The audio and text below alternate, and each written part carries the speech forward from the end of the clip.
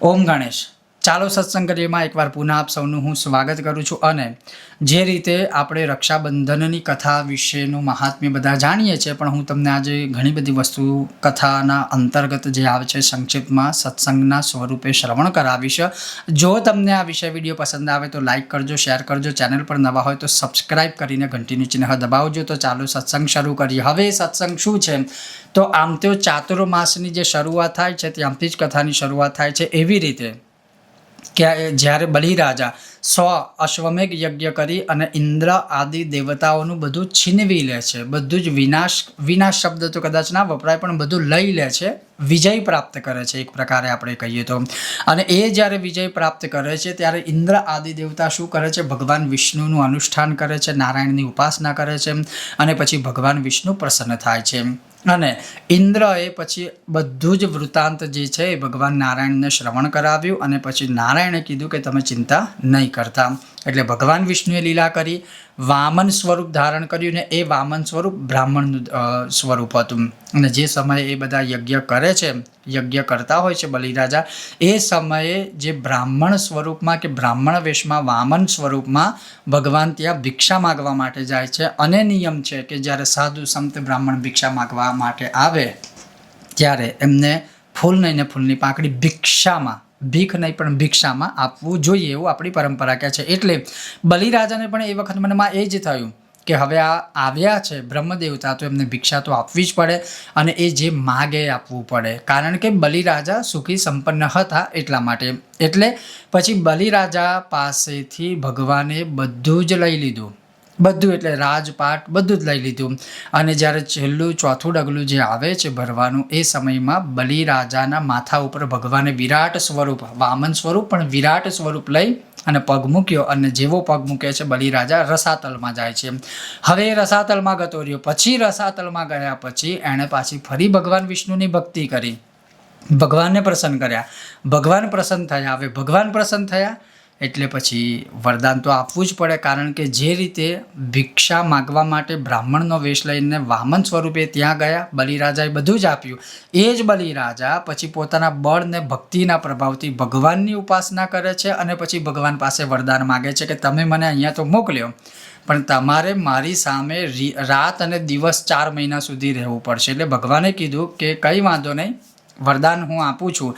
દેવ શયની 11થી દેવ ઉઠી 11, 4 મહિના છે ત્યાં સુધી ભગવાન બલિરાજા પાસે રસાતલમાં જતા હોય છે. એટલે હવે એ તો ત્યાં ગતા રહ્યા, પણ પાછા ઘરે, વિષ્ણુ ભગવાનનું ઘર કયું? વૈકુંઠ. અને વૈકુંઠમાં હવે લક્ષ્મીજી એમની રાહ જોવે કે મારા પતિદેવ આટલા દિવસથી ઘરે આવ્યા નથી, ક્યાં ગયા છે, શું થયું હશે.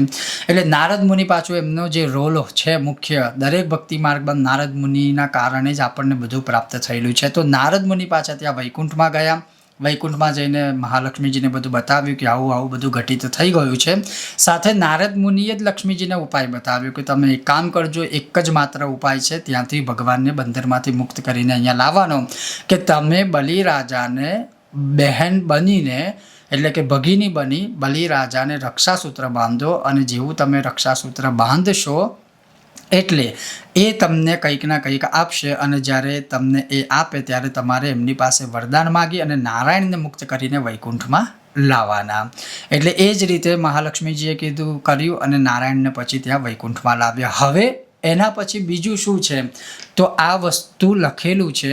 અને તમે જ્યારે જ્યારે પૂજા કરો છો કે ઘરે કરાવો છો ત્યારે બ્રાહ્મણ દેવતા તમને નાળાછડી બાંધે છે. અને એ સમયે આ જ શ્લોક બોલે છે, ઓમ યેન બધ્ધો બલિરાજા દાનવિન્દ્રો મહાબલ તેન ત્વમ અપી બદનામી રક્ષે માચલ માચલ. નાળાછડી કે દોરા કંઈ આમ જ બાંધવાથી કશું નહીં થતું. એ જે બ્રાહ્મણ હોય છે, પોતાના તપશ્ચર્યા કે તપસ્વી કે વિદ્વાન જે કંઈ પણ બ્રાહ્મણ હોય છે, જ્યારે તમને બાંધે છે ત્યારે તમારી ડગલે ને પગલે રક્ષા થાય ને એના માટે રક્ષાસૂત્ર બાંધે છે. અને દરેક વ્રતોના ગ્રંથમાં, નારદ પુરાણમાં બધે લખેલું છે કે જ્યારે તમને કોઈ પણ બ્રાહ્મણ રક્ષાસૂત્ર બાંધે, તમે ફૂલ લઈને ફૂલની પાંખડી તમારી સ્થિતિ હોય એ રીતે આપો. કારણ કે જ્યારે રક્ષાસૂત્ર બહેન, જેને આપણે રાખડી કહીએ છીએ, જ્યારે બહેન ભાઈને રાખડી બાંધે ત્યારે ભાઈ બહેનને બધું જ આપશે. કેમ? કેમ કે બહેન છે ને, આપવું પણ જોઈએ. લક્ષ્મીજીને પણ આજે બલિરાજાએ પોતાના નારાયણને મુક્ત કરીને આપ્યા હતા. એ જ રીતે જ્યારે બ્રાહ્મણ દેવતા પણ તમને જ્યારે રક્ષાસૂત્ર બાંધે ત્યારે ભલે એવું નથી કે તમે બધું આપો, તમારી જે શક્તિ હોય તમે આપો, તમારી શક્તિ પ્રમાણે એમને આપો. જો તમારા ઘરે બ્રાહ્મણ દેવતા આ રીતે રક્ષાસૂત્ર બાંધે ત્યારે કે પૂજામાં. હવે તમે બીજી વસ્તુ જુઓ કે આપણે ગુજરાતમાં અવશ્ય મેં જોયું છે કે ગામડે ગામડે જે આખા ગામના ગોર હોય, રક્ષાબંધનના દિવસે યા તો એ બ્રાહ્મણ દેવતા તમારા ઘરે આવે છે અથવા યજમાનો બ્રાહ્મણ દેવતાની ત્યાં જાય છે અને રાખડી બંધાવે છે. તો આ પરંપરા એ કાળથી ચાલતી આવે છે. આ ખાલી કંઈ એવું નથી કોઈ બ્રાહ્મણ તમારી ત્યાં કોઈ વસ્તુ માંગવા આવે છે એવું નથી. આપણા માતા પિતા, બાપ દાદા, પરદાદા, પરદાદી કે ભગવાનના કાળથી આ ચાલતું આવે છે કે એ દિવસે તમને જે રક્ષાસૂત્ર બાંધવામાં આવે છે એ આખું વર્ષ તમારી રક્ષા કરે ને એને જ રક્ષા પોટલી કહેવાય, જેનો વિડીયો મેં બનાવ્યો છે. જે લોકોએ જોયો છે એમને ખબર છે કે એ દિવસે રક્ષા પોટલી બાંધી અને જો બ્રાહ્મણ તમને બાંધે તો બહુ સારું સમંત્ર સશ્લોક એટલે કે મંત્રની સાથે કે શ્લોકની સાથે તો એ તમારી આખા વર્ષ સુધી રક્ષા કરે. એટલે આ એક કથા છે જે લક્ષ્મીજીની છે, બહુ મહત્વની છે, ઉત્તમ કથા છે, શીખવા જેવી છે, સાંભળવા જેવી છે. અને સાંભળવાથી દોષ દૂર થાય, ઘણું બધું શીખવા મળે. અને એના પછી ભાઈ બહેનને પછી જે રાખડી બાંધવાની વિધિ છે જે ઓલરેડી મેં તમને બતાવી દીધી છે, વિડીયો બનાવી અને અપલોડ પણ કર્યું છે. તમે ના જોયું હોય તો ચેનલમાં જઈને જોઈ શકો છો. તો આ મૂળ સત્સંગ હતો કે આની પાછળની બીજી કથા શું છે. પાછી એક કથા જે છે ઇન્દ્ર અને ઇન્દ્રાણીની, એ કથા તો ઓલરેડી મેં મૂકી છે અને તમે સાંભળી પણ હશે. ના સાંભળી હોય તો એ પણ સાંભળી શકો છો. તો મૂળ આ જે કથા છે કે પરંપરા છે રક્ષાબંધનની, રક્ષાસૂત્રની, એ અહીંયાથી શરૂ થઈ હતી. આ સત્સંગ તમને કેવો લાગ્યો અવશ્ય તમે મને જણાવજો કોમેન્ટ બોક્સના માધ્યમથી. જો તમને આ સત્સંગ ગમ્યો હોય તો વિડીયો લાઇક કરજો, શેર કરજો અને ચેનલ પર નવા હોય સબસ્ક્રાઇબ કરીને ઘંટીનું ચિહ્ન દબાવજો. ખૂબ જ જલ્દી પાછા મળીશું આવા જ બહુ જ મહત્વના સત્સંગો સાથે. હજુ તો ઘણા સત્સંગ કરીશું.